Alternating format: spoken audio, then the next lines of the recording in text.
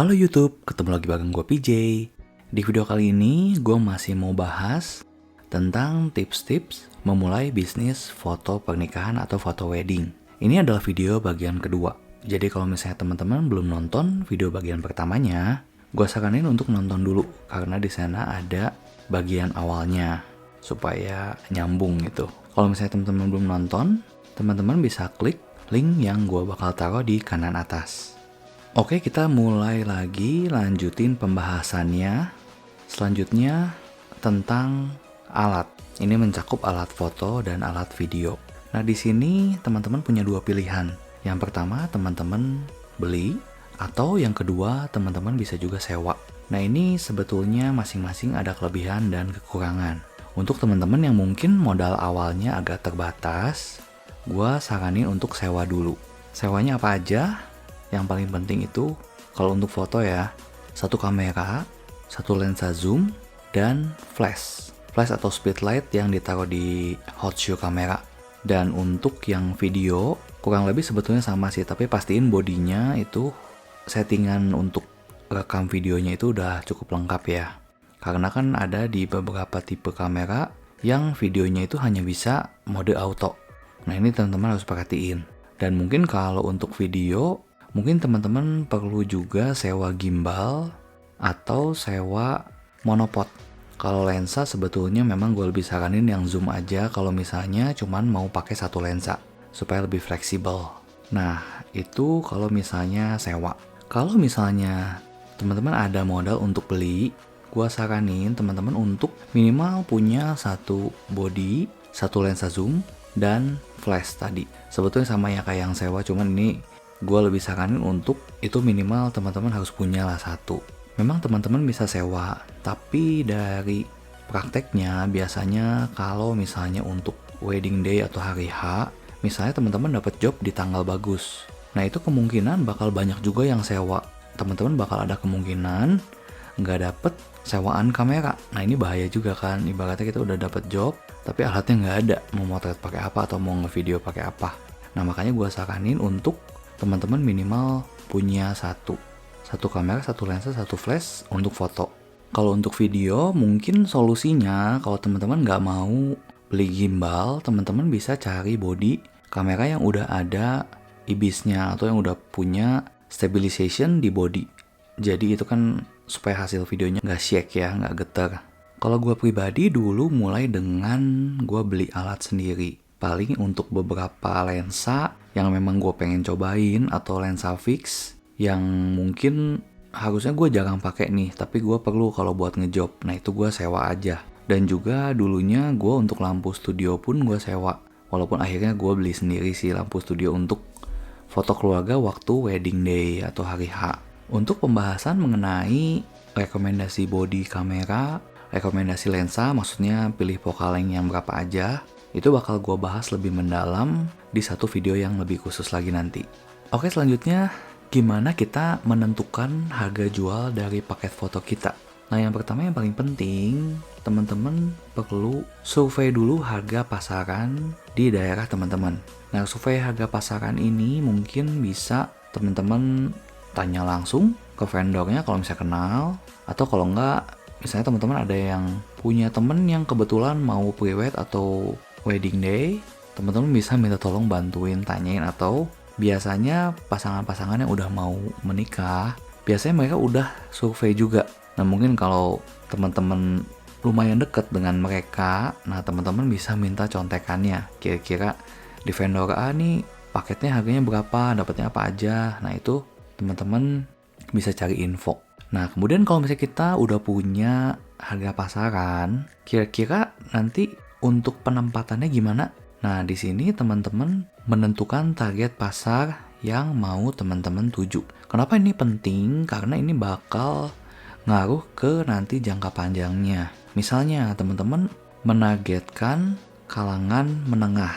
Ya mungkin menengah dan di bawahnya ya, mungkin yang paket hemat lah istilahnya. Nah, kalau misalnya teman-teman udah mau dari awalnya itu menentukan jualan paket yang murah, ini menurut gua bisa jadi bumerang. Kenapa? Karena memang di satu sisi kita bakal dapet banyak job, karena kan paketan kitanya murah ya. Tapi di satu sisi lagi, itu tuh bakal juga ngerusak pasar di daerah teman-teman. Jangan sampai kita jadi merusak harga pasaran gitu. Selain itu, kalau misalnya teman-teman udah menentukan harga yang murah, di kedepannya ketika teman-teman mau naikin harga itu menurut gua ini bakal susah. Kenapa? Karena mungkin klien yang sebelumnya dikasih harga sekian, kemudian temennya atau saudaranya ada yang mau juga pakai jasa kita, pasti nanya dong ke yang udah pernah pakai jasa kita, mereka di harga berapa dapatnya. Nah kalau misalnya kita naikin terlalu tinggi, kemungkinan besar nggak akan mau karena yaitu sudah terbiasa dengan harga yang ekonomis, begitu kita naikin, penyesuaiannya bakal lebih sulit. Nah ini yang perlu teman-teman perhatiin. Kalau gua sendiri dulu memang nentuin target pasarnya itu yang menengah ke atas. Nah kenapa? Karena untuk yang menengah ke atas itu dari segi kliennya sendiri bakal beda. Kenapa? Karena misalnya mereka yang punya budget menengah ke atas itu pasti mereka pakai jasa makeup yang bagus.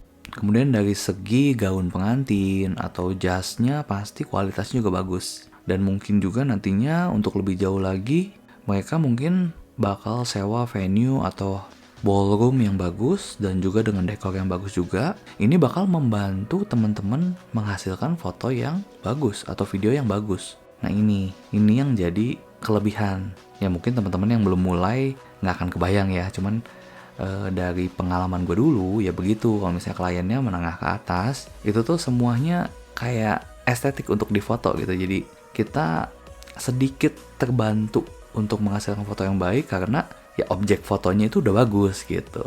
Dan di satu sisi juga menurut gue yang namanya jualan jasa, apalagi kita yang terjun sendiri, menurut gue dengan tenaga yang sama, gue sendiri lebih prefer jual dengan harga yang menengah ke atas. Jangan terlalu murah karena ibaratnya kita udah punya pengalaman, misalnya punya alat yang bagus, pasti kita pengen hasil kita dihargai dengan wajar. Dan nantinya juga kalau misalnya kita jual terlalu murah, memang jobnya banyak, tapi kan kita bakal lebih capek. Nah itu yang jadi bahan pertimbangan buat teman-teman. Kalau misalnya kitanya udah punya tim banyak, mungkin jual paket murah nggak masalah ya. Nah selanjutnya ini beberapa faktor yang bisa jadi pertimbangan teman-teman untuk menentukan harga jual paket. Yang pertama yaitu biaya beli atau sewa alat.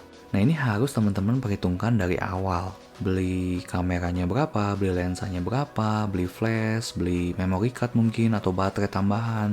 Nah ini teman-teman harus hitung dari awal. Kalau sewa juga sama. Hitunglah dalam satu kali job kita perlu keluar biaya untuk sewa itu berapa. Itu harus dihitung. Nah yang kedua biaya freelancer atau gaji tim. Ini ada dua pilihan biasanya. Ada yang freelance atau yang lepasan. Jadi kalau ada job aja kita baru rekrut dan nanti dibayarnya per satu job. Atau memang kita ngebentuk satu tim yang memang mungkin digajinya bulanan. Nah ini mungkin untuk di awal kalau gue sendiri bahkan masih pakai dengan sistem freelance karena memang jobnya juga belum terlalu yang sebulan sering banget gitu ya. Jadi lebih mending pakai sistem yang freelance aja kalau gue pribadi. Tapi kalau misalnya teman-teman memang tiap minggu pasti ada job 2 atau 3, gue saranin teman-teman punya satu tim yang memang udah kebentuk gitu. Jadi orangnya nggak ganti-ganti lagi, jadi kerjasamanya lebih enak ya.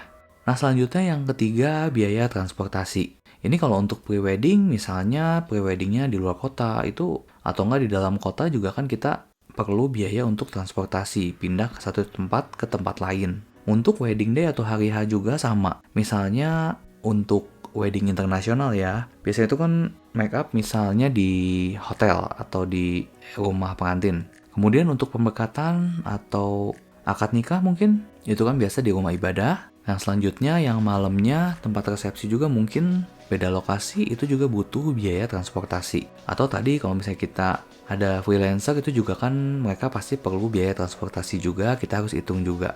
Nah yang selanjutnya biaya produksi. Biaya produksi ini apa? Kalau misalnya foto berarti biaya untuk cetak foto dan beli frame atau figurannya.